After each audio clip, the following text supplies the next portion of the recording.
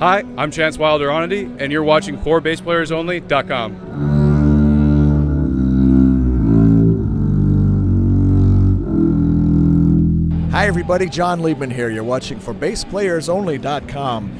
Here we are today at the 2016 Winter NAMM show at the NS Design booth with our old friend Chance Wilder Onody. How are you, Chance? I'm great, John. Thanks for having me. It's good to see you again. The feature we did on you was a little while ago on For Bass Players Only. We got the whole great story of your upbringing and electric bass and upright bass and the bow and the classical and the rock and all the stuff that you've done, that you had done up until now.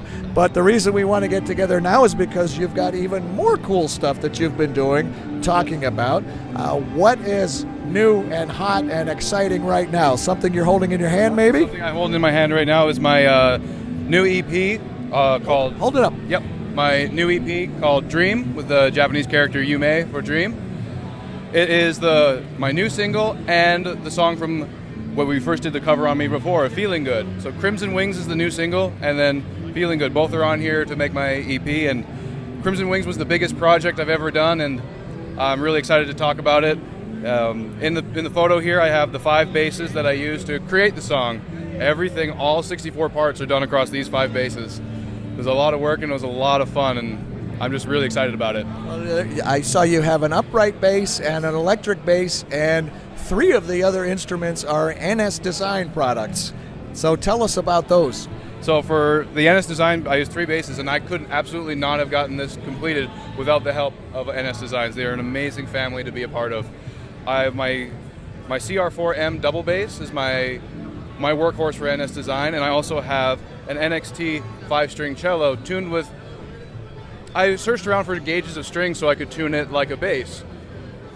B to G, just the 5 regular as well, so I could play it like a piccolo bass, but with a bow. And then it was actually with you walking by last year where I was just happened to be noodling around with a violin in my lap, kind of playing thumb position, and you happened to walk by and kind of giggle and said, "Oh, that's a cool idea."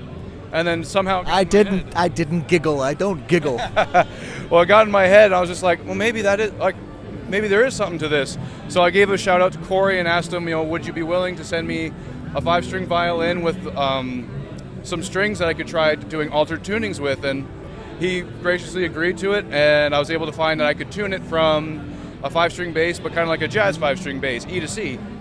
And I just fell in love with it right away because instead of having to use false harmonics to play violin lines at pitch, they sound more like bell tones.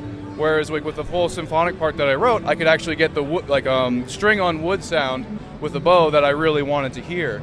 And it was a great experience. We had it in a little violin caddy, and I played it in thumb position, though, for all the violin parts. So it was a bit of a sharp learning curve, but I had a lot of fun, and I'm excited for people to hear this, and I want to hear what they think. And it's definitely new music, and I classify it as symphonic rock. Now, tell me a little bit more about the music. What is symphonic rock?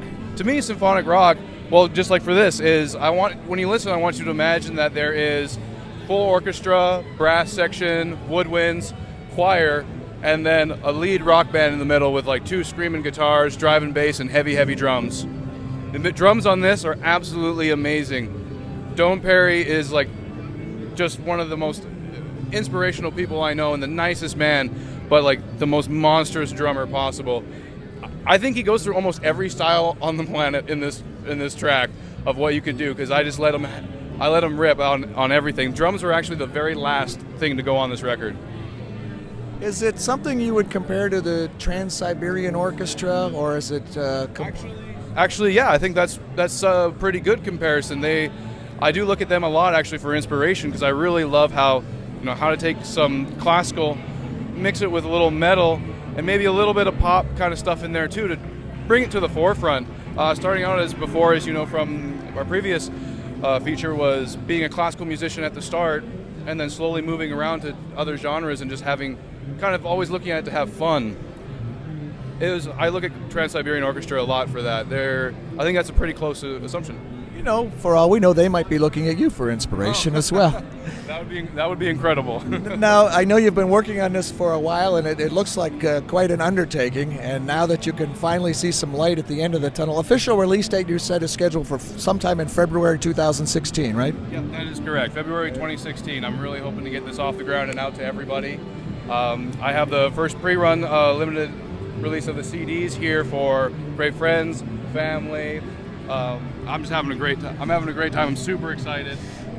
Well, now that this is finally out, you'd probably take a half a second and just go like, but knowing you're young, you're energetic, you've got to have something else percolating in your brain. What's coming next for Chance Wilder Onody? The most recent new thing for me that's coming next is actually we kind of like say prog surf rock band. So something totally new. It was funny how I'm usually, as being a session player or with orchestras, I'm usually roughly one of the youngest people in the room, and I just wanted to have a band close to where I live and of roughly people my own age, and it's just funny how the universe kind of throws it that way, because the guitar player who I met just at a house party from mutual friends, he was looking for a bass player of kind of like he wanted to find a bass player who could play upright but also could play bass guitar and kind of rock and fit somehow into their surf band, and we talked and hit it off, and it was funny how the universe kind of just brings it together. We live relatively close to each other, and so it's just funny how it comes about. And we like to say rush at the beach is kind of our sound medium. We are feelings of euphoria. Can we assume that at some point there will be a record with this band? Yeah, absolutely. We are scheduled to start recording for a record in actually February 2016, so right on the heels of this release. Well, maybe I should take back what I said about that. Yeah. All right. I don't think I asked you this last time, Chance, but what would you be if you were not a bass player or a player of any of those other instruments you play? Something outside of music. Something outside of music? Yeah, that's... Oh, okay. I was going to say, well, if I had to be a different instrumentalist, I was going to say maybe an organist. I think that would be really cool, but something outside of music. At one time I was a football player, and I watch the games, and I do miss it. So maybe if I didn't tear my hamstring back in high school, I'd probably maybe still be playing football. What position did you play? I played pulling guard. Okay. Yeah. All right. Well, your parents are probably happier with your choice of a musical career. Yes, they are. My hands. Those, my mom was actually really happy when I got injured. Okay, well, we'll leave that between you and your mom. Chance Wilder Onody, great catching up with you again. Congratulations on this project, and it is called, pronounce it again in Spanish, Japanese. In Japanese, it's Yume. Yume, and in English it's Dream. I can handle that one. And available 2016 February.